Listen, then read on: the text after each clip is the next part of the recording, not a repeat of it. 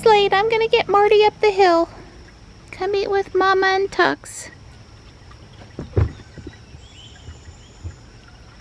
Good girl. I did have them up the hill for a minute, but it was kind of a lost cause, so I moved their food bowls here. Tux is over in front of the garage and not looking like he's interested in taking anyone out this morning, so that's good. Morris is in the middle here. Morris has darker orange, a more distinct torty shape on his back, that kind of thing. That looks a little too close for comfort, maybe. Come on, Tux. Let's go, honey. You're all good, Morris. Come on. Come on. Just over here just a little bit. Good boy. Hi, Stripey. You guys try not to get into a fight while I'm gone, okay?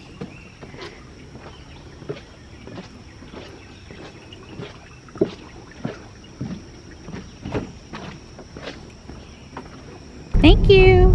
It's 8:20 and I asked Dawn if we could go to Fleming Loop Park this morning as an alternate.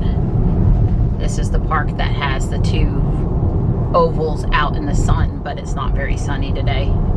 It's 76 according to Jules. We had right at an inch of rain overnight. It really came down for a while. I could hear the creek rushing from the house after it stopped. It was a pretty fast downburst. I guess we got an inch in about an hour. We got caught at the light. We're trying to see how long it's going to take. We know 42 Academy Street gets priority for obvious reasons over Judd Parkway, but it would be nice if it changes pretty quick.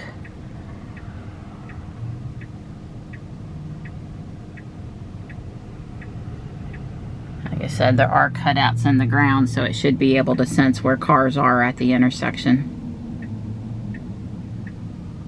And there are good sidewalks here, even across in front of us and coming from downtown, which is to the right. There are good sidewalks here, although right here where these houses are, no sidewalk. But there are sidewalks on this side that were there before, so you can come from downtown, I think, and get to the park over here. Yep, but the sidewalk stops here too, so. There's some sidewalks, it sort of looks like good sidewalks, and then not. Same as last time, not too many people down on this end, a ton of people down on the other side by the playground and the bathroom area. Good morning. Yeah, good morning, pretty girl. You got your GPS going, your walking going? Well, right, if I ain't tracking. If it ain't tracking, I ain't walking. It's like, if I don't get 100% credit for it, because everybody knows it doesn't count unless, you know, your data is collected on you. You know. Stat guy. I'm gonna start calling you stat guy. There's Jules.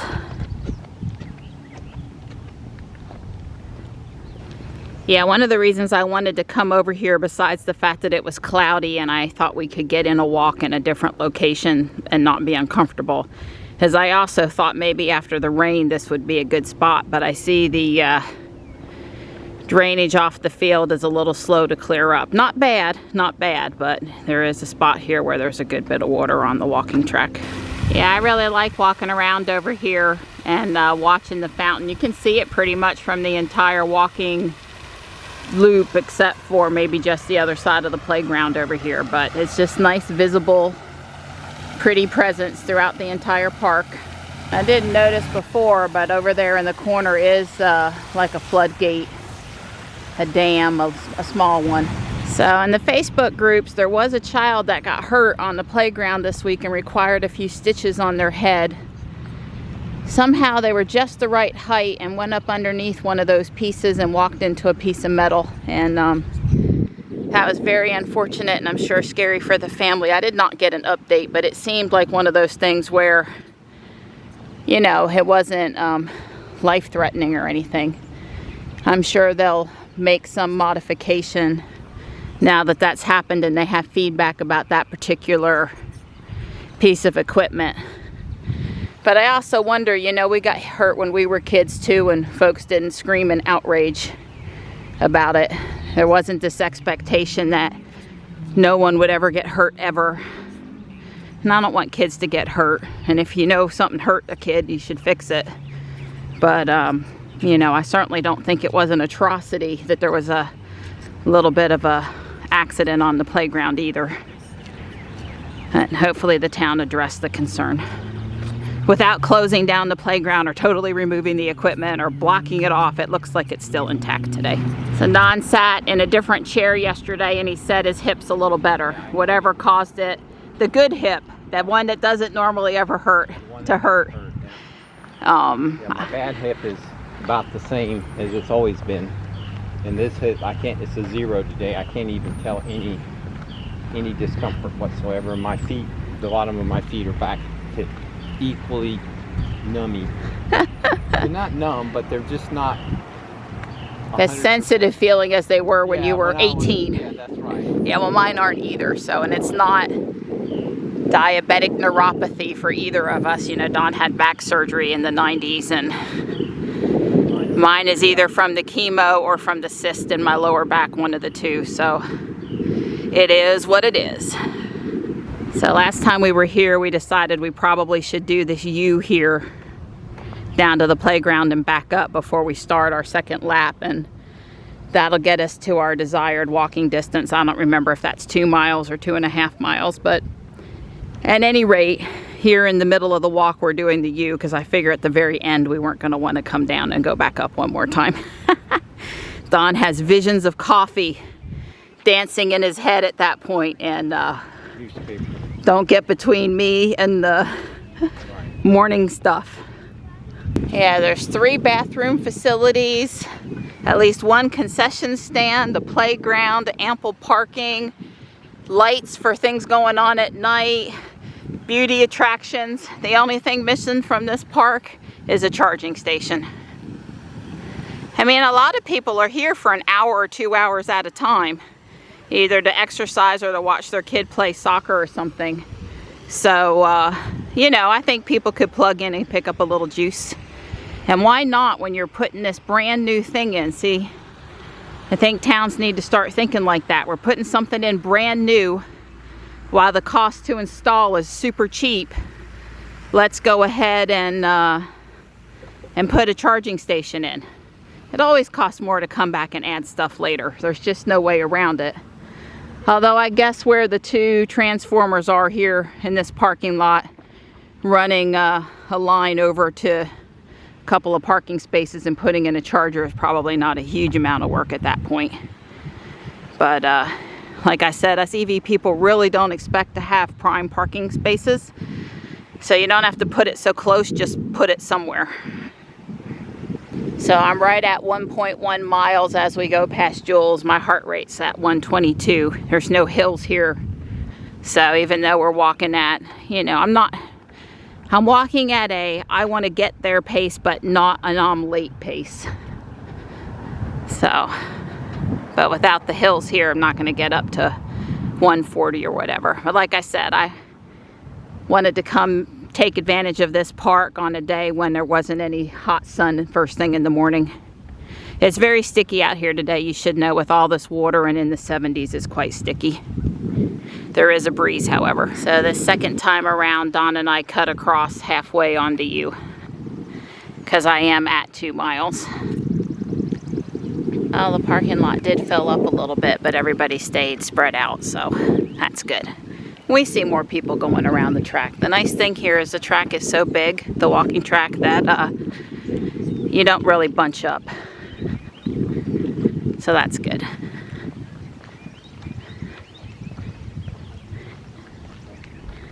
So I am at 2 miles, 126 beats per minute, 47 minutes, 52 seconds.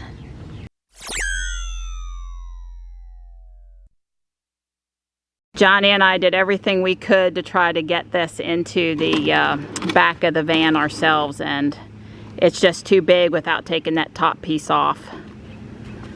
So I'm either gonna get Dawn in the GMC or I'm gonna get a drill with a screwdriver and try to get the top piece off. Well, this is just one of those times where a pickup truck that was totally flat would be a great option, because trying to stand it up in the GMC is probably pretty hard. And I could take off the hull peg board and the shelf up at the top, but I'd still have those 2x2 sticking out, and I'm not sure that it would still fit in the van even if I did that. And the GMC probably has cardboard and trash in the back, so that's not going to be good either, which is why I grabbed the van instead of the GMC to begin with, because the van is totally empty in the back right now. I don't have any Guardian Angel donations back there or anything. All right, here's where the GMC really comes in handy. Remember, one of the pluses of the roof retracting on this thing is you can take home refrigerators upright. Well, you can also take home workbenches upright too. So Dawn and the GMC for the win. Yeah, Johnny's loading the stuff up in the town electronics area, and it looks like the sign is down and the splash pad opened at 10. So I guess we've had enough rain now that they're feeling they can open from 10 to 7. That's fantastic. We were in a sort of a beginnings of a drought situation here at the beginning of the year. The only reason why the drought wasn't any worse is because we were so far ahead from last year when we started off the drought this year. At any point, I'm glad I can see a mom and some kids out there having fun. That's fantastic. Everybody's hanging out by the back door. Hey guys. So Johnny and I are headed to Guardian Angel to volunteer. We're gonna volunteer for 3 hours, so roughly 12 to 3. Yep, that's how we're gonna spend part of our day today. I think it'll be a good experience for Johnny without with the flexibility of not having to have a job and try to ask for time off in the middle of the summer. I didn't want him to miss out on the good summer stuff. He got straight A's this year and worked really hard at school and's got several opportunities to do things this summer. And I think the same's going to be next summer with the Greece trip too. But I do want him to get a little bit of experience somewhere. So I'm gonna do this first gig with him, and then if all goes well, which I don't see any reason why it shouldn't with these nice people up here, we'll get him over there a few other times on his own. Everybody said Johnny did great. He made a $5 tip for helping an older gentleman unload his car at the back receiving dock, so he was pretty happy about that. And if you volunteer for 3 hours or more, which is what we did, you get a free piece of clothing, so we picked something out. And I had a really good time back in housewares, and I worked my took us off. So the guys on the back dock, they do a pre-sort and they throw stuff into bins. And then the housewares bin comes to the station I was at. It's a really big bin. And you take the boxes and the bags out and everything out of everything, and junk you throw away and good stuff you put in shopping carts, and that gets passed over to the pricers. And then other people come by and they take the stuff and put it out on the floor. As we were walking around their way out, I already saw 3 or 4 things that I shuffled through that already made it out. So I must have done 5 or 6 of those big bins. And they were piled up pretty high. And Johnny was sorting shoes, right, on top of helping people. I sorted 2 huge bins of shoes, which amounted to all said and done was 2 pretty full shoe racks that would go on the floor. So when you were sorting them, you're making sure you could find the mate? Yes, and then I got a initial thing of what if they came in and they were junk, I would. So I was basically doing with shoes what you're doing. Right, you were throwing away anything not sellable. Yeah. Yeah, my comment to folks donating stuff would be, don't donate stuff if it's not something you would reuse or rebuy, because the thrift stores are not landfills. If you're donating DVDs or CDs, if you can find a box that they fit into and don't put anything else in the box, that's a bonus. If you're donating electrical pieces and they have cables and stuff, use some rubber bands or put them in a Walmart bag or something so the cables stay with the item. You know, there's things you can do to help out the people back there sorting this stuff, versus put toys, kids' clothing, shoes, books, and DVDs all in one box. That's like the maximum amount of work for the people at the back sorting. So Anyway, we'll be back later on this summer. I had fun. Johnny had fun. I'll probably come with him again and work back there because we didn't even like see each other. I have one picture of him working on the dock before my phone died. And I don't want to take pictures back there because, well, first off, they wouldn't want me to. And second off, that wouldn't be the right thing to do. But I did grab one picture of Johnny outside on the loading dock doing his thing with the shoes. So it was a good afternoon. I'm all chipper now from exercising some more. Like I had caffeine and I haven't had any caffeine.